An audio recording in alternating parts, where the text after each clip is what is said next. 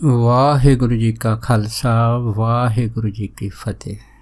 ਗੁਰੂ ਪਿਆਰੀ ਗੁਰੂ ਸਵਾਰੀ ਪਰਮ ਸਤਿਕਾਰਯੋਗ ਸਾਧ ਸੰਗਤ ਜੀਓ, ਦਾਸ ਸੰਤ ਉੱਤਰ ਦੇ ਮਹਾਂਪੁਰਖਾਂ ਦੀ ਚੱਲ ਰਹੀ ਲੜੀਵਾਰ ਪ੍ਰਸੰਗ ਕਥਾ ਦੇ ਆਧਾਰ ਦੇ ਉੱਪਰ ਉਹਨਾਂ ਦੇ ਅਗਲੇ ਜੀਵਨ ਦੀ ਜੋ ਕਥਾ ਵਿਚਾਰ ਆਪ ਸਾਰੀਆਂ ਸੰਗਤਾਂ ਨਾਲ ਸਾਂਝਾ ਕਰਦਾ। ਸੋ ਇੱਕ ਨਾ ਸਰਦਾਰ ਬਚਨ ਸਿੰਘ ਜੀ ਹੋਏ ਆ। ਇਸ ਬਚਨ ਸਿੰਘ ਦੇ ਜਿਹੜੇ ਸੀਗੇ ਨਾ ਦੋ ਬੇਟੇ ਸੀਗੇ। ਇੱਕ ਦਾ ਨਾਂ ਸੁਖਦੇਵ ਸਿੰਘ ਸੀਗਾ ਤੇ ਛੋਟਾ ਜਿਹੜਾ ਲੜਕਾ ਸੀ ਉਹਦਾ ਨਾਂ ਸੀ ਭਗਵੰਤ ਸਿੰਘ। ਇਹ ਬਚਨ ਸਿੰਘ ਜਦ ਮਹਾਂਪੁਰਖਾਂ ਦੇ ਨੇ ਦਰਸ਼ਨ ਕੀਤੇ, ਇਹਨਾਂ ਨੂੰ ਵੀ ਸੰਤਾਂ ਦੇ ਨਾਲ ਪਿਆਰ ਹੋ ਗਿਆ ਸੀਗਾ ਤੇ ਇਹ ਵੀ ਖਾਸ ਕਰਕੇ ਮਹਾਂਪੁਰਖਾਂ ਦੇ ਦੀਵਾਨਾਂ ਦੇ ਵਿੱਚ ਦਰਸ਼ਨ ਕਰਨ ਵਾਸਤੇ ਅਕਸਰ ਜਿਹੜੇ ਸੀਗੇ ਬਾਬਾ ਉੱਤਰਦੇਵ ਜੀ ਦੇ ਪਾਸ ਪਹੁੰਚਦੇ ਹੁੰਦੇ ਸੀਗੇ। ਇੱਕ ਦਿਨ ਘਰਦਿਆਂ ਨੇ ਇਹਨਾਂ ਨੂੰ ਕਹਿਤਾ ਹੈਗਾ ਕਿ ਤੁਸੀਂ ਸੰਤਾਂ ਦੇ ਕੋਲ ਜਾਂਦੇ ਆ, ਪਰ ਆਪਣਾ ਜਿਹੜਾ ਵੱਡਾ ਲੜਕਾ ਸੁਖਦੇਵ ਸਿੰਘ ਵਾ ਉਹਦੇ ਵਿਆਹ ਨੂੰ 14 ਸਾਲ ਹੋ ਗਏ, ਪਰ ਉਹਦੇ ਔਲਾਦ ਨਹੀਂ ਹੋਈ। ਇਸ ਕਰਕੇ ਤੁਸੀਂ ਮਹਾਂਪੁਰਖਾਂ ਨਾਲ ਗੱਲ ਕਰੋ ਤਾਂ ਜੋ ਅਗਰ ਉਹ ਮਹਾਂਪੁਰਖਾਂ ਦੀ ਕਿਰਪਾ ਹੋ ਜਾਵੇ ਤੇ ਉਹਨਾਂ ਦੇ ਘਰ ਵੀ ਜਿਹੜਾ ਇੱਕ ਲਾਲ ਖੇਲਣ ਲੱਗੇ। ਸੋ ਬਚਨ ਸਿੰਘ ਜਿਹੜਾ ਸੀਗਾ ਇਹ ਮਹਾਂਪੁਰਖਾਂ ਦੇ ਪਾਸ ਗਿਆ। ਇਹਨੇ ਜਾ ਕੇ ਬੇਨਤੀ ਕੀਤੀ ਕਿ ਜਿਹੜਾ ਮੇਰਾ ਵੱਡਾ ਲੜਕਾ ਹੈਗਾ ਉਹਦੇ ਵਿਆਹ ਨੂੰ 14 ਸਾਲ ਹੋ ਗਏ, ਪਰ ਉਹਦੇ ਕੋਈ ਬੱਚਾ ਨਹੀਂ ਆ। ਤੇ ਮਹਾਂਪੁਰਖਾਂ ਨੇ ਦੇਖੋ ਸੁਭਾਵਿਕ ਹੀ ਕਹਿ ਦਿੱਤਾ, ਕਹਿੰਦੇ ਜਦੋਂ ਤੂੰ ਛੋਟਾ ਲੜਕਾ ਵਿਆਹੇਂਗਾ ਨਾ ਆਪਣਾ, ਤੇ ਜਦੋਂ ਤੇਰੀ ਛੋਟੀ ਨੂੰ ਘਰ ਆਵੇਗੀ ਬਸ ਉਹਦੇ ਭਾਗ ਜਿਹੜੇ ਆ ਐਡੇ ਉੱਚੇ ਆ ਕਿ ਉਹਦੇ ਘਰ ਆਉਣ ਦੇ ਨਾਲ ਹੀ ਤੁਹਾਡੇ ਘਰ ਦੇ ਵਿੱਚ ਬਸ ਫਿਰ ਇੱਕ ਕੀ ਆ, ਜਿੰਨੇ ਤੁਸੀਂ ਬੱਚੇ ਚਾਹੋ ਆਪਣੇ ਘਰ ਦੇ ਵਿੱਚ ਖਿਡਾ ਸਕਦੇ ਆ। ਜਦ ਇਹ ਗੱਲ ਹੋਈ ਆ ਤਾਂ ਫਿਰ ਬਚਨ ਸਿੰਘ ਜਿਹੜੇ ਸੀ ਚੁੱਪ ਕਰ ਗਏ। ਉਹਨੇ ਆਉਂਦਿਆਂ ਨੇ ਕੀ ਕੀਤਾ ਕਿ ਘਰ ਆ ਕੇ ਸਾਰੇ ਪਰਿਵਾਰ ਨਾਲ ਸਲਾਹ ਕੀਤੀ। ਸਲਾਹ ਕਰਕੇ ਆਪਣਾ ਛੋਟਾ ਲੜਕਾ ਭਗਵੰਤ ਸਿੰਘ ਇਹ ਜਿਹੜਾ ਸੀਗਾ ਇਹ ਉਹਨੇ ਉਸੇ ਟਾਈਮ ਇੱਕ ਲੜਕੀ ਸ਼ਮਸ਼ੇਰ ਕੌਰ ਸੀਗੀ ਉਹਦੇ ਨਾਲ ਵਿਆਹ ਤਾ। ਜਦ ਇਹ ਲੜਕਾ ਵਿਆਹ ਗਿਆ, ਜੋ ਹੀ ਜਿਹੜੀ ਸ਼ਮਸ਼ੇਰ ਕੌਰ ਛੋਟੀ ਨੂੰ ਇਹਨਾਂ ਦੇ ਘਰ ਦੇ ਵਿੱਚ ਆਈ ਆ, ਬਸ ਉਸੇ ਹੀ ਸਾਲ ਦੇ ਵਿੱਚ ਸੁਖਦੇਵ ਸਿੰਘ ਦੇ ਘਰ ਦੇ ਵਿੱਚ ਪਹਿਲਾਂ ਲੜਕੀ ਹੋਈ ਆ। ਜਦ ਲੜਕੀ ਹੋਈ ਹੁਣ 14 ਸਾਲ ਸ਼ਾਦੀ ਤੋਂ ਬਾਅਦ ਪਹਿਲੀ ਲੜਕੀ ਹੋਈ, ਸੁਭਾਵਿਕ ਖੁਸ਼ੀ ਦੀ ਜਿਹੜੀ ਸੀ ਬਹੁਤ ਜ਼ਿਆਦਾ ਉਸ ਘਰ ਦੇ ਵਿੱਚ ਚਹਿਲ ਪਹਿਲ ਬਣੀ ਆ। ਪਰ ਉਸ ਤੋਂ ਬਾਅਦ ਜਲਦੀ ਫਿਰ ਜਿਹੜਾ ਸੀ ਅਗਲੇ ਸਾਲ ਫਿਰ ਇੱਕ ਲੜਕਾ ਹੋਇਆ। ਉਸ ਤੋਂ ਬਾਅਦ ਕਰਦੇ ਕਰਦੇ ਫਿਰ ਅਗਲੇ ਸਾਲ ਫਿਰ ਇੱਕ ਲੜਕਾ, ਫਿਰ ਅਗਲੀ ਵਾਰੀ ਫਿਰ ਇੱਕ ਲੜਕਾ। ਇਸ ਤਰ੍ਹਾਂ ਇੱਕ ਲੜਕੀ ਤੇ 3 ਲੜਕੇ ਹੋਏ। ਜਦ ਇੱਕ ਲੜਕੀ ਤੇ 3 ਲੜਕੇ ਸੁਖਦੇਵ ਸਿੰਘ ਦੇ ਘਰੋਂ ਹੋਇਆ ਤੇ ਫਿਰ ਸੁਖਦੇਵ ਸਿੰਘ ਦਾ ਪਰਿਵਾਰ ਕਾਫੀ ਵੱਧ ਗਿਆ। ਮਨ 'ਚ ਸੁਖਦੇਵ ਸਿੰਘ ਨੇ ਸੋਚਿਆ ਵੀ ਹੁਣ ਤਾਂ ਘਰ ਦੇ ਵਿੱਚ ਬੱਚਿਆਂ ਦੀਆਂ ਇਉਂ ਸਮਝ ਲਓ ਜਿਵੇਂ ਲੈਣਾ ਲੱਗ ਗਈਆਂ, ਹੋਵੇ ਨਾ ਹੋਵੇ ਤਾਂ ਆਪਣੀ ਘਰਵਾਲੀ ਦਾ ਪ੍ਰਸ਼ਨ ਕਰਾ ਦਿਆਂ। ਇਹ ਸੋਚ ਕੇ ਫਿਰ ਸੁਖਦੇਵ ਸਿੰਘ ਨੇ ਆਪਣੀ ਘਰਵਾਲੀ ਦਾ ਪ੍ਰਸ਼ਨ ਕਰਾਤਾ, ਪਰ ਪ੍ਰਸ਼ਨ ਤੋਂ ਬਾਅਦ ਵੀ ਫਿਰ ਇੱਕ ਲੜਕਾ ਹੋ ਗਿਆ ਇਸ ਘਰ ਦੇ ਵਿੱਚ। ਜਦ ਲੜਕਾ ਹੋ ਗਿਆ ਕਬੀਲਦਾਰੀ ਕਾਫੀ ਵੱਧ ਗਈ। ਬਸ ਫਿਰ ਘਰ ਦਾ ਜਿਹੜਾ ਗੁਜ਼ਾਰਾ ਸੀਗਾ ਸਮਾਂ ਪਾ ਕੇ ਥੋੜ੍ਹਾ ਕੁਛ ਇਸ ਢੰਗ ਦਾ ਹੋਇਆ ਕਿ ਸੁਖਦੇਵ ਸਿੰਘ ਇਹਨੇ ਸ਼ਰਾਬ ਪੀਣੀ ਸ਼ੁਰੂ ਕਰ ਦਿੱਤੀ। ਜਦ ਸ਼ਰਾਬ ਪੀਣੀ ਸ਼ੁਰੂ ਕੀਤੀ ਤਾਂ ਫਿਰ ਇਹਨਾਂ ਦੇ ਘਰਦਿਆਂ ਨੂੰ ਫਿਕਰ ਲੱਗਾ। ਫਿਰ ਇਹਨਾਂ ਦੇ ਘਰ ਦੇ ਫਿਰ ਸੰਤਾਂ ਕੋਲ ਗਏ ਆ। ਉਹਨਾਂ ਨੂੰ ਕਿਹਾ ਵੀ ਸੁਖਦੇਵ ਸਿੰਘ ਸ਼ਰਾਬ ਬੜੀ ਪੀਂਦਾ। ਮਹਾਂਪੁਰਖ ਕਹਿਣ ਲੱਗੇ ਚਲੋ ਇੱਦਾਂ ਕਰੋ ਉਹਨੂੰ ਲੈ ਕੇ ਆਇਓ। ਜਦ ਘਰ ਦੇ ਲੈ ਕੇ ਗਏ ਫਿਰ ਮਹਾਂਪੁਰਖਾਂ ਨੇ ਸਮਝਾਇਆ ਉਹਨੂੰ ਚੰਗੀ ਤਰ੍ਹਾਂ ਕਿ ਭਾਈ ਤੂੰ ਸ਼ਰਾਬ ਨਾ ਪੀਆ ਕਰ, ਕਿਉਂਕਿ ਸ਼ਰਾਬ ਜਿਹੜੀ ਇੱਕ ਐਸੀ ਬਿਮਾਰੀ ਹੈਗੀ ਆ ਜਿਹੜੀ ਪੂਰੇ ਘਰ ਨੂੰ ਤਬਾਹ ਕਰ ਦਿੰਦੀ ਆ ਤੇ ਆਦਮੀ ਦੇ ਜੀਵਨ ਨੂੰ ਨਰਕ ਬਣਾ ਦਿੰਦੀ ਆ। ਪਰ ਸੁਖਦੇਵ ਸਿੰਘ ਇਹ ਬਚਨ ਸੁਣ ਕੇ ਘਰ ਨੂੰ ਆ ਗਿਆ, ਪਰ ਫਿਰ ਵੀ ਉਹਨੇ ਸ਼ਰਾਬ ਨਹੀਂ ਛੱਡੀ। ਪਰ ਫਿਰ ਵੀ ਜਦ ਘਰ ਦੇ ਜਿਹੜੇ ਦੂਸਰੀ ਵਾਰੀ ਫਿਰ ਸੁਖਦੇਵ ਸਿੰਘ ਨੂੰ ਲੈ ਕੇ ਗਏ ਸੀ ਸੰਤਾਂ ਦੇ ਕੋਲ, ਉਸ ਟਾਈਮ ਸੁਖਦੇਵ ਸਿੰਘ ਨੇ ਕਿਹਾ ਤਾਂ ਸੀਗਾ ਠੀਕ ਹੈ, ਮੈਂ ਸਾਰਿਆਂ ਸਾਹਮਣੇ ਬਚਨ ਕਰਦਾ ਕਿ ਮੈਂ ਅੱਜ ਤੋਂ ਬਾਅਦ ਸ਼ਰਾਬ ਨਹੀਂ ਪੀਊਂਗਾ। ਜਦ ਇਹ ਗੱਲ ਹੋਈ ਤਾਂ ਮਹਾਂਪੁਰਖਾਂ ਨੇ ਕੁਦਰਤੀ ਸਾਰਿਆਂ ਦੇ ਵਿੱਚ ਬੈਠਿਆਂ ਗੱਲ ਕਹਿਤੀ ਕਿ ਅਗਰ ਤੂੰ ਆਪਣੇ ਬਚਨ 'ਚ ਪੂਰਾ ਰਿਹਾ ਤਾਂ ਬਚਿਆ ਰਹੂੰਗਾ, ਪਰ ਜਿੱਦਣ ਤੂੰ ਸ਼ਰਾਬ ਪੀ ਲਈ ਤੂੰ ਸਮਝ ਲਾ ਮੁੰਦੇ ਮੂੰਹ ਡਿੱਗੂੰਗਾ।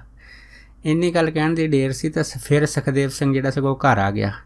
ਪਹਿਲਾਂ ਤਾਂ ਉਹਨੇ ਕੁਛ ਦਿਨ ਸ਼ਰਾਬ ਪੀਤੀ ਨਹੀਂ, ਪਰ ਮੁੜ ਕੇ ਇੱਕ ਦਿਨ ਉਹਦੇ ਮਨ ਦੇ ਵਿੱਚ ਸ਼ਰਾਬ ਦੀ ਐਸੀ ਖਿੱਚ ਬਣੀ ਆ ਕਿ ਜਦ ਉਹ ਸ਼ਰਾਬ ਪੀ ਕੇ ਘਰ ਨੂੰ ਆ ਰਿਹਾ ਸੀਗਾ, ਰਸਤੇ ਦੇ ਵਿੱਚ ਠੇਡਾ ਖਾਂਦੇ ਸਾਰੀ ਜਿਹੜਾ ਸੀ ਉਹ ਮੁੰਦੇ ਮੂੰਹ ਡਿੱਗਿਆ ਹੈ। ਮੁੰਦੇ ਮੂੰਹ ਡਿੱਗਣ ਦੇ ਨਾਲ ਫਿਰ ਇਹਦੀ ਜਿਹੜੀ ਗਲ ਦੀ ਘੰਡੀ ਸੀਗੀ ਉਹ ਟੁੱਟ ਗਈ। ਘੰਡੀ ਟੁੱਟਣ ਦੇ ਨਾਲ ਫਿਰ ਉੱਥੇ ਹੀ ਇਹਦੀ ਮੌਤ ਹੋ ਗਈ ਸੀ।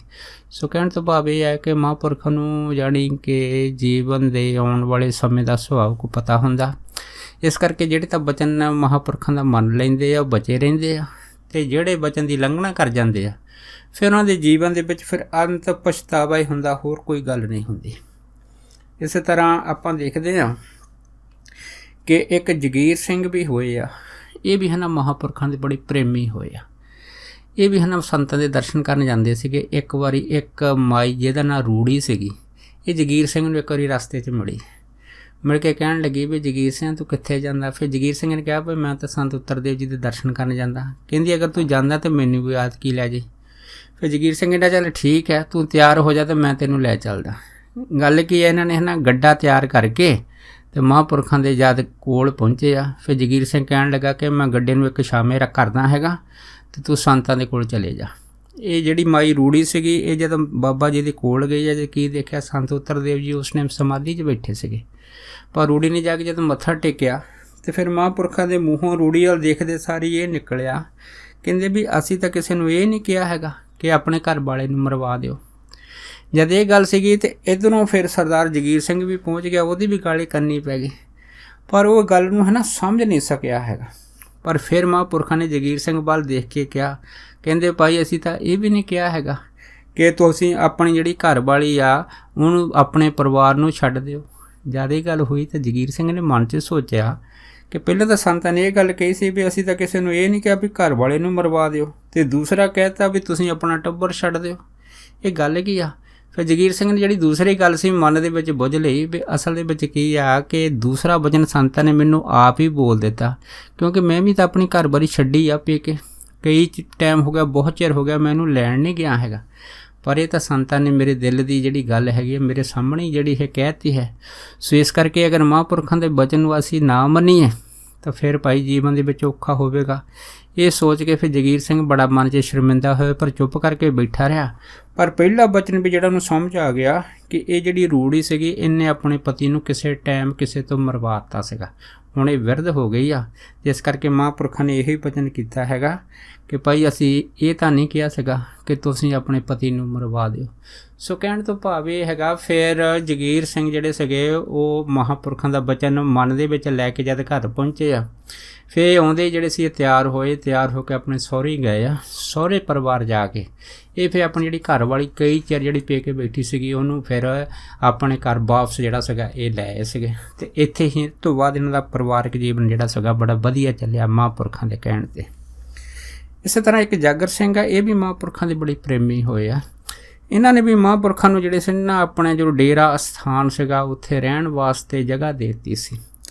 ਜਦ ਮਹਾਂਪੁਰਖ ਰਹਿੰਦੇ ਸੀਗੇ ਤਾਂ ਫਿਰ ਇਹਨਾਂ ਦੇ ਖੇਤਾਂ 'ਚ ਜਿਹੜਾ ਉਹ ਗੇੜਾ ਮਾਰਦੇ ਹੁੰਦੇ ਸੀ। ਇੱਕ ਵਾਰੀ ਕਣਕ ਦੀ ਵਾਢੀਆਂ ਦਾ ਸੀਜ਼ਨ ਜਦ ਚੱਲ ਰਿਹਾ ਸੀਗਾ ਤੇ ਬਾਬਾ ਜੀ ਇਹਨਾਂ ਦੇ ਖੇਤਾਂ 'ਚ ਪਹੁੰਚੇ ਆ। ਖੇਤਾਂ 'ਚ ਪਹੁੰਚ ਕੇ ਸਾਰੀ ਇਹਨਾਂ ਨੂੰ ਕਹਿਣ ਲੱਗੇ, ਕਹਿੰਦੇ ਭਾਈ ਵੀ ਉਹ ਦੇਖੋ ਫਲਾਨਿਆਂ ਦੇ ਖੇਤ ਉੱਥੇ 10 ਬੰਦੇ ਜਿਹੜੇ ਹੈ ਉਹ ਕਣਕ ਦੀ ਵਢਾਈ ਕਰਦੇ ਆ, ਪਰ ਉਹਨਾਂ ਦੀ ਵਢਾਈ ਜਿਹੜੀ ਬੜੀ ਤੇਜ਼ ਹੈਗੀ ਆ। ਦੇਖੋ ਬੜੀ ਛੇਤੀ ਦੇ ਨਾਲ ਉਹਨਾਂ ਦੇ ਖੇਤ ਜਿਹੜੇ ਹੈ ਵੱਢ ਕੇ ਜਿਹੜੇ ਵਿਹਲੇ ਕਰ ਦਿੱਤੇ, ਪਰ ਤੁਸੀਂ ਜਿਹੜੇ ਹੈਗੇ ਇੱਥੇ ਕੰਮ ਕਰਦੇ ਆ ਪਰ ਤੁਹਾਡੇ ਖੇਤ ਜਿਹੜੇ ਅਜੇ ਤੱਕ ਵਿਹਲੇ ਨਹੀਂ ਹੋਏ। ਇਹ ਕਰਦੇ ਤੇ ਫਿਰ ਜਿਹੜਾ ਅਸੀਂ ਉਹ ਜਾਗਰ ਸਿੰਘ ਉਹ ਬੋਲ ਪਿਆ, ਕਹਿੰਦੇ ਮਹਾਂਪੁਰਖੋ ਅਗਰ ਇਹ ਗੱਲ ਹੈ ਵੀ ਤੁਸੀਂ ਆਪ ਹੀ ਕਿਉਂ ਨਾ ਵਢਾਈ ਕਰਾਉਣੀ ਸ਼ੁਰੂ ਕਰ ਦਿਓ। ਮਹਾਂਪੁਰਖ ਕਹਿੰਦੇ ਚਲੋ ਠੀਕ ਹੈ ਵੀ ਕੱਲ੍ਹ ਅਸੀਂ ਆਪਣੀ ਜਿਹੜੀ ਵਢਾਈ ਆਪ ਹੀ ਤੁਹਾਡੇ ਖੇਤ ਦੀ ਕਰਾਵਾਂਗੇ। ਇਹ ਕਹਿ ਕੇ ਮਹਾਂਪੁਰਖਾਂ ਜਿਹੜੇ ਮਜ਼ਦੂਰ ਸੀ ਉਹਨਾਂ ਨੇ ਕਹਿ ਦਿੱਤਾ ਭਾਈ ਸਵੇਰੇ ਸਵਖਤੇ ਆ ਜਾਓ। ਜਦੋਂ ਮਜ਼ਦੂਰ ਸਵੇਰੇ ਸਵਖਤੇ ਆਏ ਕਣਕ ਵੱਢਣ ਵਾਸਤੇ ਤਾਂ ਉਹਨੇ ਜਦ ਕੀ ਦੇਖਿਆ ਸੰਤਾਂ ਨੇ ਉਹਨਾਂ ਦੇ ਆਉਣ ਤੋਂ ਪਹਿਲਾਂ ਹੀ ਚਾਹ ਬਣਾ ਕੇ ਰੱਖੀ ਸੀ। ਬਾਬਾ ਜੀ ਨੇ ਉਹਨਾਂ ਨੂੰ ਚਾਹ ਛਕਾਈ। ਜਦੋਂ ਜਿਹੜੇ 6 ਮਜ਼ਦੂਰ ਸੀਗੇ ਜਦ ਚਾਹ ਉਹਨੇ ਛਕੀ, ਬਸ ਚਾਹ ਦੇ ਵਿੱਚ ਮਹਾਂਪੁਰਖਾਂ ਨੇ ਐਸੀ ਕੋਈ ਕਿਰਪਾ ਦ੍ਰਿਸ਼ਟੀ ਕੀਤੀ ਕਿ ਇਹ ਜਿਹੜੇ ਮਜ਼ਦੂਰ ਜਿਉਂ ਕਣਕ ਵੱਢਣ ਲੱਗੇ ਵੱਢਦੇ ਇਹਨਾਂ ਨੇ ਉਸ ਟਾਈਮ ਫਿਰ ਬਹੁਤ ਸਾਰੀ ਕਣਕ ਦੀ ਜਿਹੜੀ ਵਢਾਈ ਸੀਗੀ ਬੜੀ ਸਹਿਜ ਦੇ ਵਿੱਚ ਕਰ ਦਿੱਤੀ ਸੀਗੀ। ਜਦੋਂ ਫਿਰ ਜਿਹੜੀ ਕਣਕ ਵੱਢੀ ਗਈ ਆ ਤੇ ਇਹ 6 ਬੰਦਿਆਂ ਨੇ 18 ਬਿੱਗੇ ਜ਼ਮੀਨ ਦੀ ਜਿਹੜੀ ਕਣਕ ਸੀਗੀ ਉਹ ਵੱਢ ਦਿੱਤੀ। ਉਸ ਤੋਂ ਬਾਅਦ ਜਦ ਫਿਰ ਜਿਹੜੀ ਕਣਕ ਵੱਢੀ ਗਈ ਉਸ ਤੋਂ ਬਾਅਦ ਕਣਕ ਦੀ ਜਿਹੜੀ ਕਢਾਈ ਹੋਈ ਆ, ਜਦ ਤੂੜੀ ਦਾ ਸਮਾਂ ਆਇਆ ਤੇ ਫਿਰ ਇਹ ਜਿਹੜਾ ਜਾਗਰ ਸਿੰਘ ਸੀਗਾ ਜਦ ਤੂੜੀ ਢੋਣ ਲੱਗਾ ਤੇ ਫਿਰ ਮਹਾਂਪੁਰਖਾਂ ਦੇ ਕੋਲ ਆਇਆ ਤੇ ਮਹਾਂਪੁਰਖ ਕਹਿੰਦੇ ਭਾਈ ਕਿੰਨੀ ਤੂੜੀ ਰਹਿ ਗਈ ਆ? ਉਹ ਕਹਿਣ ਲੱਗਾ ਜੀ ਬਾਕੀ ਤਾਂ ਢੋਤੀ ਆ ਪਰ ਹੁਣ ਜਿਹੜੀ ਥੋੜ੍ਹੀ ਤੂੜੀ ਬਾਕੀ ਬਚਦੀ ਆ। ਮਹਾਂਪੁਰਖ ਕਹਿੰਦੇ ਚਲੋ ਠੀਕ ਹੈ ਇੱਦਾਂ ਕਰੋ ਜਿਹੜੀ ਤੂੜੀ ਬਾਕੀ ਬਚਦੀ ਹੈ ਨਾ ਇਹਨੂੰ ਵੀ ਅੱਜ ਹੀ ਤੁਸੀਂ ਖ਼ਤਮ ਕਰ ਦਿਓ। ਪਰ ਜਾਗਰ ਸਿੰਘ ਨੇ ਉਹਦੇ ਵੱਲ ਕੋਈ ਧਿਆਨ ਨਹੀਂ ਦਿੱਤਾ ਤੇ ਆਪਣੇ ਘਰ ਨੂੰ ਚਲਿਆ ਗਿਆ। ਪਰ ਰਾਤ ਨੂੰ ਐਸੀ ਮੀਂਹ ਹਨੇਰੀ ਆਈ ਕਿ ਉਹ ਜਿਹੜੀ ਜਿੰਨੀਆਂ ਤੂੜੀਆਂ ਸੀਗੀਆਂ ਜਿਹੜੀਆਂ ਬਾਹਰ ਪਈਆਂ ਸੀਗੀਆਂ ਸਾਰੀਆਂ ਗਿੱਲੀਆਂ ਹੋ ਗਈਆਂ ਜਾਂ ਹਵਾ ਦੇ ਨਾਲ ਉੱਡ ਗਈਆਂ। ਉਹਦੇ ਵਿੱਚੋਂ ਵੀ ਜਿਹੜੀ ਸੀ ਨਾ ਬਹੁਤ ਘੱਟ ਤੂੜੀ ਜਿਹੜੀ ਸੀ ਇਹ ਫਿਰ ਜਾਗਰ ਸਿੰਘ ਦੇ ਜਿਹੜੀ ਬਚੀ ਸੀ ਹਿੱਸੇ ਆਈ। ਫਿਰ ਜਾਗਰ ਸਿੰਘ ਜਿਹੜਾ ਮਨ 'ਚ ਬੜਾ ਪਛਤਾਇਆ ਸੀਗਾ। ਇੱਕ ਵਾਰੀ ਇੱਦਾਂ ਹੈ ਨਾ, ਮਹਾਂਪੁਰਖਾਂ ਨੇ ਕਿਤੇ ਦੀਵਾਨ ਲਾਉਣਾ ਸੀਗਾ। ਜਦ ਦੀਵਾਨ ਲਾਉਣਾ ਸੀਗਾ ਤਾਂ ਮਹਾਂਪੁਰਖਾਂ ਨੇ ਕਿਹਾ ਵੀ ਭਾਈ ਦੀਵਾਨ ਲਾਉਣਾ, ਇਸ ਕਰਕੇ ਸੰਗਤ ਦੀ ਅੱਗੇ ਬੇਨਤੀ ਆ ਕਿ ਟਾਈਮ ਸਿਰ ਆ ਕੇ ਨਾ ਦੀਵਾਨ ਦੀ ਤਿਆਰੀ ਕਰਨੀ ਸ਼ੁਰੂ ਕਰ ਦਿਓ। ਪਰ ਜਾਗਰ ਸਿੰਘ ਦੇ ਮਨ ਦੇ ਵਿੱਚ ਆਈ ਕਿ ਹੁਣ ਗੁੜ ਬਣਾਉਣ ਦਾ ਸੀਜ਼ਨ ਹੈਗਾ, ਅਤੇ ਕਿਉਂ ਨਾ ਫਿਰ ਅੱਜ ਦੀ ਰਾਤ ਜਿਹੜਾ ਹੈਗਾ ਦੀਵਾਨ ਤੋਂ ਪਹਿਲਾਂ ਮੈਂ ਗੁੜ ਕੱਢ ਲਵਾਂ। ਇਹ ਸੋਚ ਕੇ ਫਿਰ ਉਹਨਾਂ ਟਾਈਮਾਂ ਦੇ ਵਿੱਚ ਜਾਗਰ ਸਿੰਘ ਨੇ ਆਪਣਾ ਕਮਾਦ ਲਿਆ ਕੇ ਬੇਲਣੇ ਦੇ ਮੂਹਰੇ ਛੱਡ ਦਿੱਤਾ, ਵਿੱਚੋਂ ਰਸ ਕੱਢ ਲਈ। ਰਸ ਕੱਢ ਕੇ ਜਦ ਗੁੜ ਵਾਲਾ ਜਿਹੜਾ ਕੜਾਹਾ ਸੀਗਾ, ਜਦ ਉਹਦੇ ਵਿੱਚ ਰਸ ਪਾਈ ਆ, ਰਸ ਪਾ ਕੇ ਜਦ ਥੱਲੇ ਅੱਗ ਬਾਲਣ ਵਾਸਤੇ ਝੋਕੇ ਲਾਏ ਆ, ਤਕਰੀਬਨ ਬਹੁਤ ਸਾਰਾ ਜਿਹੜਾ ਬਾਲਣ ਸੀਗਾ ਉਹ ਅੱਗ ਬਾਲਦੇ ਝੋਕੇ ਦੇ ਵਿੱਚ ਜਿਹੜਾ ਸੀਗਾ ਉਹ ਇਹਨੀ ਜਿਹੜਾ ਵਰਤ ਲਿਆ। ਪਰ ਹੈਰਾਨੀ ਦੀ ਗੱਲ ਇਹ ਸੀਗੀ ਕਿ ਉਹ ਜਿਹੜਾ ਗੰਢ ਸੀਗਾ, ਜਿਹੜਾ ਕੜਾਹਾ ਸੀਗਾ ਜਿਹਦੇ ਵਿੱਚ ਰਸ ਪਾਈ ਸੀ ਗੁੜ ਕੱਢਣ ਵਾਸਤੇ, ਉਹ ਕੜਾਹਾ ਬਿਲਕੁਲ ਠੰਡੇ ਦਾ ਠੰਡਾ ਰਿਹਾ, ਉਹ ਗਰਮ ਨਹੀਂ ਹੋਇਆ। ਇਹ ਸੋਚ ਕੇ ਫਿਰ ਜਾਗਰ ਸਿੰਘ ਜਿਹੜਾ ਸੀ ਬੜਾ ਹੈਰਾਨ ਹੋਇਆ। ਪਰ ਹੁਣ ਕਰਦਾ ਕੀ ਨਾ ਕਰਦਾ। ਉਹਦੇ ਨਹੀਂ ਫਿਰ ਰਾਤ ਨੂੰ ਜਿਹੜਾ ਹੈ ਨਾ ਵਿੱਚੇ ਰਸ ਛੱਡ ਕੇ ਆਪ ਜਿਹੜਾ ਸੀ ਉਹ ਘਰ ਨੂੰ ਆ ਗਿਆ। ਜਦ ਘਰ ਨੂੰ ਆ ਗਿਆ, ਇੱਧਰ ਫਿਰ ਸਵੇਰੇ ਜਦ ਦੀਵਾਨ ਸਜਿਆ, ਸਾਰੀ ਸੰਗਤ ਜੁੜੀ ਆ। ਦੀਵਾਨ ਦੀ ਸਮਾਪਤੀ ਤੋਂ ਬਾਅਦ ਫਿਰ ਜਾਗਰ ਸਿੰਘ ਨੇ ਦੱਸਿਆ ਸੀ ਕਿ ਅਸੀਂ ਰਾਤ ਗੁੜ ਕੱਢਣ ਲੱਗੇ ਸੀਗੇ, ਪਰ ਹੈਰਾਨੀ ਦੀ ਗੱਲ ਇਹ ਵੀ ਇੰਨੀ ਅੱਗ ਬਾਲੀ ਆ, ਇੰਨਾ ਝੋਕਾ ਲਾਇਆ, ਪਰ ਉਹ ਜਿਹੜਾ ਕੜਾਹਾ ਸੀਗਾ ਗੁੜ ਵਾਲਾ ਉਹ ਗਰਮ ਹੀ ਨਹੀਂ ਹੋਇਆ। ਮਹਾਂਪੁਰ ਕਹਿੰਦੇ ਅੱਛਾ। ਫਿਰ ਕਹਿਣ ਲੱਗੇ, ਕਹਿੰਦੇ ਭਾਈ ਗੱਲ ਇੰਨੀ ਹੈ ਵੀ ਤੁਹਾਨੂੰ ਤਾਂ ਬੜੀ ਜਲਦੀ ਸੀਗੀ ਉਹਨਾਂ ਟਾਈਮਾਂ ਦੇ ਵਿੱਚ ਕਿ ਭਾਈ ਦੀਵਾਨ ਤੋਂ ਪਹਿਲਾਂ ਅਸੀਂ ਜਿਹੜਾ ਗੁੜ ਕੱਢ ਲਈਏ, ਤਾਂ ਜੋ ਅਗਰ ਮਹਾਂਪੁਰਖਾਂ ਦੇ ਦੀਵਾਨ ਦੇ ਵਿੱਚ ਕਿਤੇ ਜਾਂ ਸੰਗਤ ਦੀ ਸੇਵਾ ਵੀ ਕਰਨੀ ਪਵੇ ਤੇ ਸਾਡੇ ਮਨ ਦੇ ਵਿੱਚ ਇਹ ਆ ਜਾਵੇ ਅਸੀਂ ਤਾਂ ਸਾਰੇ ਘਰ ਵਾਲੇ ਜਿਹੜੇ ਹੈ ਗੁੜ ਕੱਢਣ ਲੱਗੇ, ਸਾਡੇ ਪਾਸ ਟਾਈਮ ਨਹੀਂ ਆ। ਤੇ ਮਹਾਂਪੁਰ ਕਹਿੰਦੇ ਫਿਰ ਤੁਸੀਂ ਗੁੜ ਕੱਢ ਲੈਂਦੇ। ਜਦ ਮਹਾਂਪੁਰਖ ਨੇ ਇਸ ਤਰ੍ਹਾਂ ਬਚਨ ਕੀਤੇ, ਫਿਰ ਜਾਗਰ ਸਿੰਘ ਮਨ 'ਚ ਬੜਾ ਸ਼ਰਮਿੰਦਾ ਹੋਇਆ, ਪਰ ਨਾਲ ਹੀ ਜਿਹੜੀ ਸੀ ਮਹਾਂਪੁਰਖ ਤੋਂ ਮਾफ़ੀ ਮੰਗੀ। ਫਿਰ ਮਹਾਂਪੁਰਖ ਕਹਿਣ ਲੱਗੇ ਚਲੋ ਠੀਕ ਆ, ਅੱਗੇ ਤੋਂ ਖਿਆਲ ਰੱਖੋ, ਹੁਣ ਤੁਸੀਂ ਜਾ ਕੇ ਝੋਕਾ ਲਓ, ਮਾਲ ਕਿਰਪਾ ਕਰੇਗਾ। ਜਦ ਇਹਨਾਂ ਨੇ ਫਿਰ ਗੰਢ ਦੇ ਥੱਲੇ ਝੋਕਾ ਲਾਇਆ, ਬਸ ਝੋਕੇ ਲਾਉਣ ਤੋਂ ਪਹਿਲਾਂ 10-15 ਮਿੰਟ ਦੇ ਵਿੱਚੋਂ ਕੜਾਹਾ ਜਿਹੜਾ ਸੀਗਾ ਦੁਬਾਰਾ ਗਰਮ ਹੋਣਾ ਸ਼ੁਰੂ ਹੋ ਗਿਆ।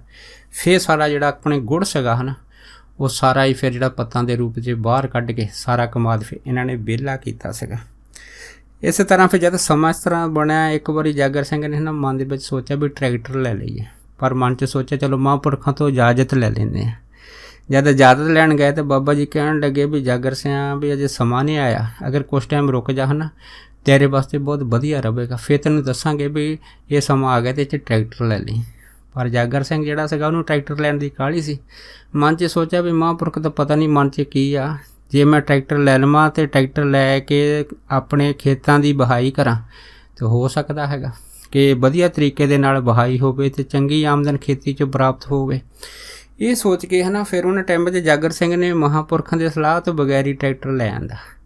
ਟਰੈਕਟਰ ਲਿਆ ਕੇ ਰਸਤੇ ਦੇ ਵਿੱਚ ਪਤਾਸੇ ਲੈ ਕੇ ਟਰੈਕਟਰ ਦੀ ਵਧਾਈ ਜਾਂ ਖੁਸ਼ਖਬਰੀ ਦੇਣ ਵਾਸਤੇ ਸੰਤਾਂ ਦੇ ਪਾਸ ਪਹੁੰਚਾ।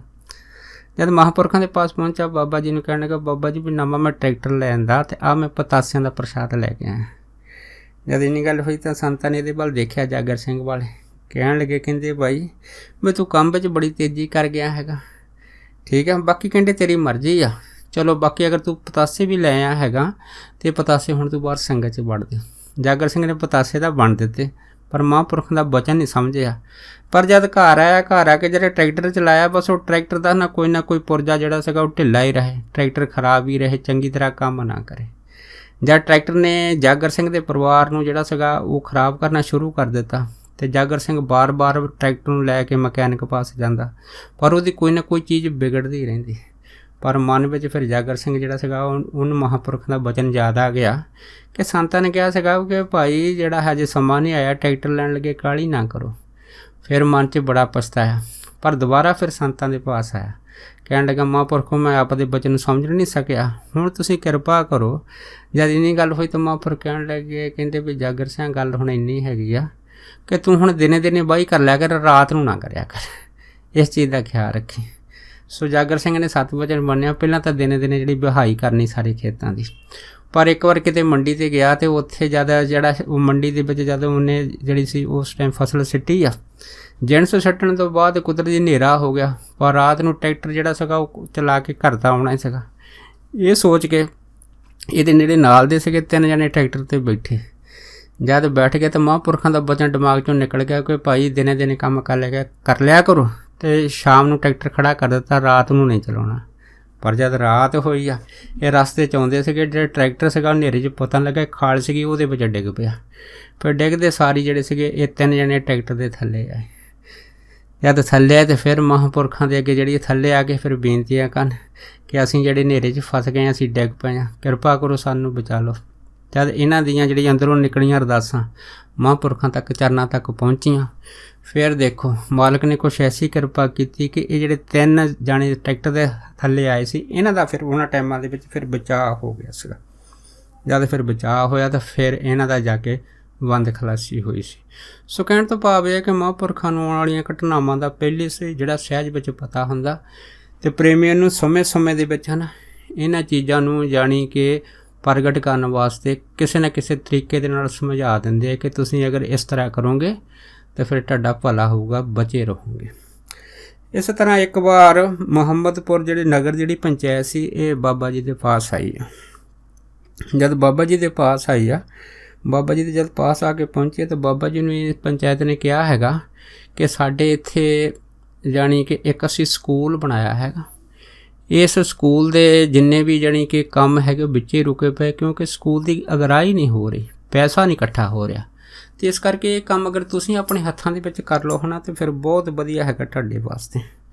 ਸੋ ਮਹਾਂਪੁਰਖਾਂ ਨੇ ਕਿਹਾ ਚਲੋ ਠੀਕ ਹੈ, ਅਗਰ ਤੁਸੀਂ ਕਹਿੰਦੇ ਆ ਅਤੇ ਅਗਰ ਇਹ ਸਕੂਲ ਦਾ ਕੰਮ ਜਾਣੀ ਕਿ ਵਧੀਆ ਤਰੀਕੇ ਨਾਲ ਹੋ ਜਾਵੇ ਤਾਂ ਚੰਗੀ ਗੱਲ ਹੈ।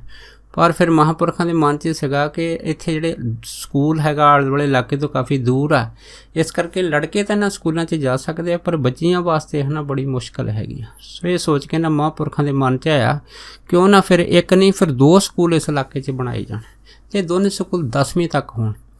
ਜਦੋਂ ਬਾਬਾ ਜੀ ਨੇ ਇਹ ਜਿਹੜਾ ਸੀਗਾ ਇਹ ਸਾਰੀ ਗੱਲਬਾਤ ਪੰਚਾਇਤ ਨਾਲ ਸਾਂਝੀ ਕੀਤੀ, ਇਹ ਸੁਣ ਕੇ ਪੰਚਾਇਤ ਕਹਿਣ ਲੱਗੇ ਵੀ ਗੱਲ ਤਾਂ ਤੁਹਾਡੀ ਠੀਕ ਆ, ਪਰ ਇਹਨਾਂ 2 ਸਕੂਲਾਂ ਵਾਸਤੇ ਪੈਸਾ ਕਿੱਥੋਂ ਆਵੇਗਾ। ਪਰ ਮਹਾਂਪੁਰਖ ਨੇ ਕਿਹਾ ਹੈਗਾ ਅਗਰ ਕਿਸੇ ਦਾ ਕੋਈ ਦ੍ਰਿੜ ਇਰਾਦਾ ਹੋਵੇ ਹੈ ਨਾ, ਫਿਰ ਐਸਾ ਕੋਈ ਕੰਮ ਨਹੀਂ ਆ ਵੀ ਜਿਹੜਾ ਰਸਤੇ ਦੇ ਵਿੱਚ ਅੜ ਜਾਏ। ਇਹ ਕਹਿ ਕੇ ਹੈ ਨਾ ਅਤੇ ਫਿਰ ਉਹ ਪੰਚਾਇਤ ਜਿਹੜੀ ਸੀ ਉਹ ਚਲੀ ਗਈ, ਪਰ ਮਹਾਂਪੁਰਖ ਜਿਹੜੇ ਕਿ ਆਪਣੇ ਅਸਥਾਨ 'ਤੇ ਵਾਪਸ ਆਏ। ਜਦ ਵਾਪਸ ਆਏ ਤਾਂ ਇੱਧਰੋਂ ਜਿਹੜੇ ਜਾਗਰ ਸਿੰਘ ਪਹਿਲੇ ਸੀਗੇ ਉਹ ਵੀ ਮਹਾਂਪੁਰਖਾਂ ਦੇ ਦਰਸ਼ਨ ਕਰਨ ਵਾਸਤੇ ਜਦ ਪਹੁੰਚੇ ਆ ਅਤੇ ਉਹਨਾਂ ਨੂੰ ਦੌਰਾ ਪੈਂਦਾ ਹੁੰਦਾ ਸੀਗਾ ਜਦੋਂ ਖੇਤਾਂ 'ਚ ਕੰਮ ਕਰਦੇ ਹੁੰਦੇ ਸੀ। ਜਦ ਦੌਰਾ ਪੈਂਦਾ ਕੰਮ ਕਰਦੇ ਹੁੰਦੇ ਸੀ, ਘੰਟਾ 1.5 ਘੰਟਾ ਉਹਨਾਂ ਨੂੰ ਹੋਸ਼ ਨਹੀਂ ਸੀ ਆਉਂਦੀ। ਉਹ ਇਸ ਦੌਰੇ ਦੀ ਬਿਮਾਰੀ ਤੋਂ ਬੜੇ ਪੀੜਤ ਹੋਏ ਸੀ। ਇਹ ਵੀ ਜਦ ਮਹਾਂਪੁਰਖਾਂ ਪਾਸ ਆਇਆ, ਇਹਨਾਂ ਨੇ ਵੀ ਸੰਤਾਂ ਨੂੰ ਬੇਨਤੀ ਕੀਤੀ ਕਿ ਮਹਾਰਾਜ ਵੀ ਆਹ ਜਿਹੜੀ ਬਿਮਾਰੀ ਆ ਇਹ ਮੇਰਾ ਪਿੱਛਾ ਨਹੀਂ ਛੱਡਦੀ। ਪਰ ਦੇਖੋ ਬਾਬਾ ਜੀ ਨੇ ਕਿਹਾ, ਕਹਿੰਦੇ ਵੀ ਭਾਈ ਜਾਗਰ ਸਿਆਂ ਅਗਰ ਕੋਈ ਅੰਮ੍ਰਿਤ ਵੇਲੇ ਉੱਠ ਕੇ ਠੰਡੇ ਪਾਣੀ ਨਾਲ ਇਸ਼ਨਾਨ ਕਰੇ ਹੈ ਨਾ, ਬਸ ਠੰਡੇ ਪਾਣੀ ਦੇ ਇਸ਼ਨਾਨ ਦੇ ਵਿੱਚ ਐਸੀ ਤਾਕਤ ਹੈਗੀ ਆ ਕਿ ਸਾਰੀਆਂ ਬਿਮਾਰੀਆਂ ਜਿਹੜੀਆਂ ਠੰਡੇ ਪਾਣੀ ਦਾ ਇਸ਼ਨਾਨ ਹੈਗਾ ਉਹ ਜਿਹੜਾ ਹੈ ਆਦਮੀ ਦੇ ਵਿੱਚੋਂ ਚੱਕ ਦਿੰਦਾ, ਖਤਮ ਕਰ ਦਿੰਦਾ। ਜਿਵੇਂ ਗੁਰਬਾਣੀ ਦਾ ਫਰਮਾਨ ਹੈ ਕਿ ਕਰ ਇਸ਼ਨਾਨ ਸਿਮਰ ਪ੍ਰਭ ਆਪਣਾ ਮਨ ਤਨ ਪਏ ਅਰੋਗਾ, ਕਿ ਜਿਹੜਾ ਇਸ਼ਨਾਨ ਕਰਕੇ ਪਰਮੇਸ਼ਰ ਦਾ ਨਾਮ ਜਪਦਾ, ਜਿੱਥੇ ਉਹਦਾ ਤਨ ਰੋਗ ਆ ਉੱਥੇ ਮਨ ਵੀ ਰੋਗ ਹੋ ਜਾਂਦਾ। ਸੋ ਉਸ ਤੋਂ ਬਾਅਦ ਫਿਰ ਜਦ ਜਾਗਰ ਸਿੰਘ ਨੇ ਠੰਡੇ ਪਾਣੀ ਦਾ ਇਸ਼ਨਾਨ ਕਰਨਾ ਸ਼ੁਰੂ ਕਰ ਦਿੱਤਾ ਸੀਗਾ, ਬਸ ਇਸ਼ਨਾਨ ਦੇ ਉੱਤੇ ਜਿਹੜੀ ਉਹਦੀ ਨਿਚਾ ਜਾਂ ਉਹਦਾ ਵਿਸ਼ਵਾਸ ਐਸਾ ਵਧਿਆ ਸੀਗਾ ਕਿ ਹੁਣ ਇਹ ਜਿਹੜੇ ਦੌਰੇ ਸੀਗੇ ਇਹ ਪੈਣੋਂ ਬਿਲਕੁਲ ਹਟ ਗਏ ਸੀਗੇ। ਸੋ ਇਸੇ ਤਰ੍ਹਾਂ ਜਦੋਂ ਫਿਰ ਮਹਾਂਪੁਰਖ ਜਿਹੜੇ ਸੀਗੇ ਉਹ ਇਸੇ ਧਿਆਨ 'ਚ ਬੈਠੇ ਸੀਗੇ, ਦੁਬਾਰਾ ਫਿਰ ਮੁਹੰਮਦਪੁਰ ਦੀ ਪੰਚਾਇਤ ਆਈ। ਪੰਚਾਇਤ ਆ ਕੇ ਕਹਿਣ ਲੱਗੀ ਕਿ ਮਹਾਂਪੁਰਖੋ ਗੱਲ ਇੱਕ ਹੈਗੀ ਆ ਕਿ ਅਸੀਂ ਤੁਹਾਡੇ ਨਾਲ ਸਕੂਲ ਦੀ ਗੱਲ ਕੀਤੀ ਸੀ ਕਿ ਅਗਰ ਸਕੂਲ ਬਣ ਜਾਏ ਤਾਂ ਬਹੁਤ ਵਧੀਆ ਗੱਲ ਹੈ। ਤੁਸੀਂ ਜਿਵੇਂ ਕਿਹਾ ਹੈਗਾ ਇੱਕ ਨਹੀਂ ਅਗਰ 2 ਸਕੂਲ ਬਣ ਜਾਣ ਤਾਂ ਚੰਗੀ ਗੱਲ ਹੈ, ਪਰ ਤੁਸੀਂ ਇਸ ਤਰ੍ਹਾਂ ਕਰੋ ਦੋਨੇ ਸਕੂਲ ਸ਼ੁਰੂ ਕਰ ਦਿਓ ਅਤੇ ਅਸੀਂ ਤੁਹਾਡੀ ਜਿੰਨੀ ਵੀ ਮਦਦ ਹਨ ਅਸੀਂ ਜ਼ਰੂਰ ਕਰਾਂਗੇ। ਫਿਰ ਉਸ ਟਾਈਮ ਮਹਾਂਪੁਰਖ ਕਹਿੰਦੇ ਚਲੋ ਠੀਕ ਹੈ, ਅਗਰ ਅਸੀਂ ਸਾਰੇ ਇਕੱਠੇ ਹੋ ਕੇ ਹੰਭਲਾ ਮਾਰਾਂਗੇ ਤਾਂ ਫਿਰ ਇਹ ਸਕੂਲ ਜਿਹੜਾ ਹੈ ਨਾ ਇਹ ਜ਼ਰੂਰ ਇਸ ਇਲਾਕੇ ਦੇ ਵਿੱਚ ਬੱਚਿਆਂ ਵਾਸਤੇ ਬੜਾ ਸੁਖਾਵੀਂ ਪੜ੍ਹਾਈ ਦਾ ਕੇਂਦਰ ਬਣ ਜਾਏਗਾ। ਸੋ ਇਸ ਤਰ੍ਹਾਂ ਕਰਕੇ ਫਿਰ ਮਹਾਂਪੁਰਖਾਂ ਨੇ ਇੱਕ ਸਾਰਿਆਂ ਦੀ ਸਲਾਹ ਦੇ ਨਾਲ ਹੈ ਨਾ ਇਹ ਫੈਸਲਾ ਕੀਤਾ ਕਿ ਪਹਿਲਾਂ ਤਾਂ ਅਸੀਂ ਆਪਣੇ ਇਲਾਕੇ ਤੋਂ ਅਗਰਾਈ ਕਰਾਂਗੇ। ਸੋ ਫਿਰ ਸਾਰੀ ਪੰਚਾਇਤ ਨੇ ਇਹਦੇ ਵਿੱਚ ਹਾਮੀ ਭਰੀ ਆ। ਗੱਲ ਕੀ ਆ, ਸਾਰੇ ਨੇ ਅਗਰਾਈ ਸ਼ੁਰੂ ਕਰ ਦਿੱਤੀ। ਜਦ ਅਗਰਾਈ ਪਿੰਡਾਂ ਦੇ ਵਿੱਚ ਸ਼ੁਰੂ ਹੋਈ ਆ, ਪਰ ਕਿਉਂਕਿ ਅਗਰਾਈ ਜਿਹੜੇ ਦੇਣ ਵਾਲੇ ਸੀਗੇ ਬੜੇ ਘੱਟ ਸੀਗੇ ਅਤੇ ਖਰਚੇ ਬਹੁਤ ਜ਼ਿਆਦਾ ਸੀਗੇ। ਜਦ ਖਰਚੇ ਬਹੁਤ ਜ਼ਿਆਦਾ ਸੀ, ਮਹਾਂਪੁਰਖ ਕਹਿੰਦੇ ਕੋਈ ਗੱਲ ਨਹੀਂ, ਜਿਸ ਦਾ ਕੰਮ ਹੈ ਨਾ ਉਹ ਆਪ ਹੀ ਪਰਮੇਸ਼ਰ ਆਪ ਹੀ ਹਾਜ਼ਰ ਨਾਜ਼ਰ ਹੋ ਕੇ ਕਰੇਗਾ।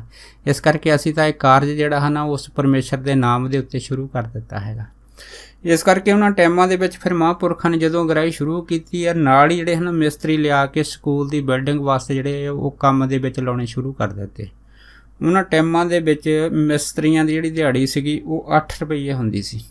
ਪਰ ਮਹਾਂਪੁਰਖ ਨੇ ਮਿਸਤਰੀ ਨੂੰ ਕਹਿ ਤਾ ਕਿ ਭਾਈ ਜਿੰਨੀ ਵੀ ਤੁਸੀਂ ਮਿਹਨਤ ਕਰ ਸਕਦੇ ਹਨ, ਜਿੰਨਾ ਵੀ ਤੁਸੀਂ ਕੰਮ ਨੂੰ ਛੇਤੀ ਖਤਮ ਕਰੋਗੇ, ਵਧੀਆ ਤਰੀਕੇ ਨਾਲ ਕਰੋਗੇ, ਉਨੀ ਹੀ ਜਿਹੜੀ ਤੁਹਾਨੂੰ ਦਿਹਾੜੀ ਹਨ ਅਸੀਂ ਵਧੀਆ ਦੇਵਾਂਗੇ, ਅਸੀਂ ਕਿਸੇ ਦਾ ਹੱਕ ਨਹੀਂ ਰੱਖਾਂਗੇ।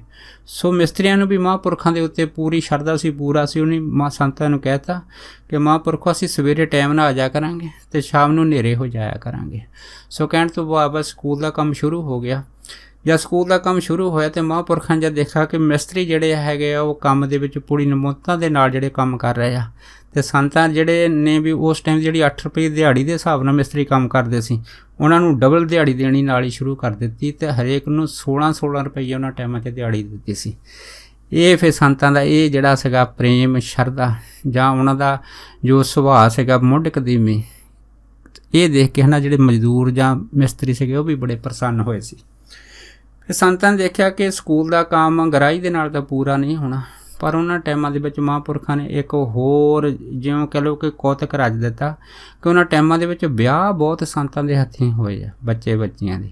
ਇਸ ਵਿਆਹ ਦੇ ਵਿੱਚ ਜਿਹੜੀਆਂ ਬਰਾਤਾਂ ਜਿਹੜੀਆਂ ਸੀਗੀਆਂ ਜਾਂ ਵਿਆਹ ਵਾਲੇ ਉਹ ਸੰਤਾਂ ਨੂੰ ਕੁਛ ਮਦਦ ਦਿੰਦੇ ਹੁੰਦੇ ਸੀ। ਇਹ ਮਹਾਂਪੁਰਖ ਸਾਰੀ ਮਦਦ ਜਿਹੜੀ ਸੀਗੀ, ਸਾਰਾ ਪੈਸਾ ਇਕੱਠਾ ਕਰਕੇ ਸਕੂਲ ਦੇ ਉੱਤੇ ਲਾਉਂਦੇ ਸੀ। ਇਸ ਤਰ੍ਹਾਂ ਸਕੂਲਾਂ ਦੇ ਕਮਰੇ ਜਿਹੜੇ ਸੀ ਉਹ ਬਣਨੇ ਸ਼ੁਰੂ ਹੋ ਗਏ। ਦੋਨੇ ਸਕੂਲ ਸੰਤਾਂ ਨੇ ਜਿਹੜੇ ਸੀ ਚਾਲੂ ਕਰ ਦਿੱਤੇ। ਜਦ ਤੱਕ ਚਾਲੂ ਕਰ ਦਿੱਤੇ, ਇੱਕ ਵਾਰੀ ਮਹਾਂਪੁਰਖ ਇਸ ਤਰ੍ਹਾਂ ਬੈਠੇ ਸੀਗੇ, ਬੈਠ ਕੇ ਸੰਤਾਂ ਨੇ ਸਾਰੇ ਜਿਹੜੇ ਨਗਰਾਂ ਨੂੰ ਇਹ ਕਹਿ ਦਿੱਤਾ ਹੈਗਾ ਕਿ ਸਕੂਲ ਦੇ ਵਿੱਚ ਅਗਰ ਅਸੀਂ ਆਪ ਵੀ ਹੱਥੀਂ ਥੋੜ੍ਹੀ ਮਿਹਨਤ ਕਰੀਏ ਤਾਂ ਫਿਰ ਸਕੂਲ ਛੇਤੀ ਬਣ ਜਾਏਗਾ। ਇਸ ਕਰਕੇ ਬਹੁਤ ਸਾਰੀਆਂ ਸੰਗਤਾਂ ਜਿਹੜੀਆਂ ਸੀਗੀਆਂ ਉਹ ਜਿਹੜੀਆਂ ਇਕੱਠੀਆਂ ਹੋ ਕੇ ਸਕੂਲ ਆਉਂਦੀਆਂ ਸੀਗੀਆਂ, ਵਾਰੀ ਸਿਰ ਆ ਕੇ ਫਿਰ ਆਪ ਹੱਥੀਂ ਜਿਹੜੀਆਂ ਸੀਗੀਆਂ ਉਹ ਸੇਵਾ ਸਮਝ ਕੇ ਸਕੂਲ ਦਾ ਕੰਮ ਕਰਦੀਆਂ ਸੀ। ਸੋ ਮਹਾਂਪੁਰਖਾਂ ਨੇ ਫਿਰ ਇਹ ਵੀ ਕਹਿ ਦਿੱਤਾ ਸੀਗਾ ਕਿ ਹਰੇਕ ਘਰੋਂ ਇਹਨਾਂ ਜੋ ਸਕੂਲ ਦੇ ਵਿੱਚ ਕੰਮ ਕਰਦੇ ਮਜ਼ਦੂਰ ਆ ਜਾਂ ਸੰਗਤ ਕੰਮ ਕਰਦੀ ਆ, ਉਹਨਾਂ ਦੇ ਵਾਸਤੇ ਫਿਰ ਦੁੱਧ ਅਤੇ ਮੱਖਣ ਇਹ ਜ਼ਰੂਰ ਪਹੁੰਚਣਾ ਚਾਹੀਦਾ ਹੈ। ਸੋ ਘਰ ਪ੍ਰਤੀ ਜਦ ਇਹ ਸੁਨੇਹਾ ਜਿਹੜਾ ਸੀ ਉਹਨਾਂ ਟਾਈਮਾਂ 'ਚ ਪਹੁੰਚਿਆ ਸੀਗਾ, ਫਿਰ ਉਹਨਾਂ ਟਾਈਮਾਂ ਦੇ ਵਿੱਚ ਸੰਗਤ ਨੇ ਫਿਰ ਇਹ ਜਿਹੜਾ ਦੁੱਧ ਅਤੇ ਮੱਖਣ ਸੀਗਾ ਇਹ ਵੀ ਭੇਜਣਾ ਸ਼ੁਰੂ ਕਰ ਦਿੱਤਾ। ਪਰ ਜਿਹੜੀਆਂ ਬੀਬੀਆਂ ਜਿਹੜੀਆਂ ਸੀ ਇਹ 'ਚ ਕੁਤਾਹੀ ਕਰ ਜਾਂਦੀਆਂ ਸੀਗੀਆਂ, ਜਾਂ ਦੁੱਧ ਅਤੇ ਮੱਖਣ ਦੇ ਵਿੱਚ ਕੰਜੂਸੀ ਕਰ ਜਾਣੀ ਜਾਂ ਘਰ ਰੱਖ ਲੈਣਾ। ਪਰ ਫਿਰ ਇੱਕ ਚੀਜ਼ ਉੱਥੇ ਦੇਖੀ ਗਈ ਕਿ ਜਿਹੜੀਆਂ ਇਸ ਤਰ੍ਹਾਂ ਕਰਦੀਆਂ ਸੀਗੀਆਂ ਫਿਰ ਉਹਨਾਂ ਦੀ ਮੱਝ ਨਹੀਂ ਸੀ ਮਿਲਦੀ ਹੁੰਦੀ, ਜਾਂ ਮੱਝ ਕੀਲੇ ਤੋਂ ਦੌੜ ਜਾਂਦੀ ਸੀ। ਇਸ ਕਰਕੇ ਇਹ ਜਿਹੜੀਆਂ ਘਟਨਾਵਾਂ ਸੀ ਆਮ ਹੁੰਦੀਆਂ ਸੀਗੀਆਂ ਅਤੇ ਸੰਗਤ ਦੇ ਵਿੱਚ ਚਰਚਾ ਹੋਈ ਆ ਕਿ ਵਾਕਿਆ ਇਹ ਗੱਲ ਸਹੀ ਹੈ ਕਿ ਜਿੱਦਣ ਅਸੀਂ ਮੱਖਣ ਜਾਂ ਦੁੱਧ ਘਰੋਂ ਨਾ ਭੇਜੀਏ ਫਿਰ ਸਾਡੀ ਮੱਝ ਗਾਂ ਨਹੀਂ ਮਿਲਦੀ ਹੈਗੀ। ਸੋ ਉਸ ਟਾਈਮ ਬੜੇ ਡਰ ਅਤੇ ਭੈ ਅਤੇ ਸਤਿਕਾਰ ਦੇ ਵਿੱਚ ਫਿਰ ਸਾਰੇ ਘਰਾਂ ਦੇ ਵਿੱਚ ਮੱਖਣ, ਦੁੱਧ, ਘੀ ਜਿਹੜਾ ਸੀਗਾ ਉਹ ਆਮ ਸੰਗਤ ਤੱਕ ਪਹੁੰਚ ਜਾਂਦਾ ਸੀਗਾ। ਇਹ ਮਹਾਂਪੁਰਖਾਂ ਦੀ ਜਿਹੜੀ ਸੀ ਉਹਨਾਂ ਟਾਈਮਾਂ ਦੇ ਵਿੱਚ ਬੜੀ ਚੜ੍ਹਦੀ ਸੀਗੀ। ਸੋ ਇਸ ਤਰ੍ਹਾਂ ਮਹਾਂਪੁਰਖਾਂ ਨੇ ਜਿਹੜੀ ਹੈ ਇਹ ਪਹਿਲਾਂ ਸਕੂਲ ਜਿਹੜੇ ਸੀਗੇ ਇਹਨਾਂ ਦੀਆਂ ਬਿਲਡਿੰਗਾਂ ਨੂੰ ਤਿਆਰ ਕਰਾਇਆ। ਜਦ ਬਿਲਡਿੰਗਾਂ ਤਿਆਰ ਹੋਈਆਂ ਅਤੇ ਮਹਾਂਪੁਰਖਾਂ ਨੇ ਜਿਹੜੇ ਉਸ ਟਾਈਮ ਦੇ ਜਿੰਨੇ ਵੀ ਟੀਚਰ ਜਿਹੜੇ ਸੀਗੇ ਉਹ ਸਕੂਲਾਂ 'ਚ ਲੱਗੇ ਹੋਏ ਸੀ ਉਹਨਾਂ ਨੂੰ ਸੱਦਿਆ ਕੋਲ ਸੱਦ ਕੇ ਕਹਿਣ ਲੱਗੇ ਵੀ ਅਸੀਂ ਜਿਹੜਾ ਸਕੂਲ ਆ ਇਹ ਮਿਡਲ ਨਹੀਂ ਰੱਖਣਾ, ਅਸੀਂ ਇਹਨੂੰ ਹਾਈ ਲੈਵਲ ਤੱਕ ਕਰਨਾ, ਹਾਈ ਸਕੂਲ ਬਣਾਉਣਾ ਹੈਗਾ। ਇਸ ਕਰਕੇ ਤਾਂ ਜੋ ਸਾਡੇ ਬੱਚੀਆਂ ਜਿਹੜੀਆਂ ਹੈਗੀਆਂ ਉਹ ਇੱਥੇ ਹੀ ਪੜ੍ਹ ਸਕਣ, ਇੱਥੇ ਹੀ ਵਧੀਆ ਪੜ੍ਹਾਈ ਕਰ ਸਕਣ। ਫਿਰ ਉਸ ਟਾਈਮ ਜਿਹੜੇ ਵੱਡੇ ਅਫਸਰ ਸੀ ਜਾਂ ਟੀਚਰ ਸੀਗੇ ਉਹਨਾਂ ਨੇ ਕਹਿ ਦਿੱਤਾ ਹੈਗਾ ਕਿ ਇਹਦੇ ਵਾਸਤੇ ਹੋਰ ਬਿਲਡਿੰਗ ਦੀ ਲੋੜ ਪੈਣੀ ਆ, ਅਤੇ ਅਗਰ ਉਹ ਬਿਲਡਿੰਗ ਵਧੀਆ ਬਣੂਗੀ ਤਾਂ ਫਿਰ ਹੀ ਸਰਕਾਰ ਜਿਹੜੀ ਹੈ ਇਹਦੀ ਮਨਜ਼ੂਰੀ ਦੇਊਗੀ।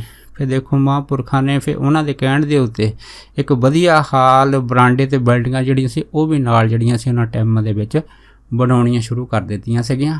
ਇਸ ਤਰ੍ਹਾਂ ਕਰਦੇ ਇਹ ਜਿਹੜਾ ਸਕੂਲ ਸੀਗੇ 2 ਇਸ ਇਲਾਕੇ ਦੇ ਵਿੱਚ ਬਣੇ ਆ। ਸੋ ਇੰਨੇ ਹੀ ਵਚਨ ਕਰਦਾ ਹੋਇਆ ਦਾਸ ਖਿਮਾ ਦਾ ਜਾਚਕ ਵਾ ਜੀ। ਹੋਈਆਂ ਭੁੱਲਾਂ ਚੁੱਕਾਂ ਦੀ ਖਿਮਾ ਬਖਸ਼ਣੀ, ਸੋ ਫਤਿਹ ਬੁਲਾਓ ਜੀ। ਵਾਹਿਗੁਰੂ ਜੀ ਕਾ ਖਾਲਸਾ, ਵਾਹਿਗੁਰੂ ਜੀ ਕੀ ਫਤਿਹ।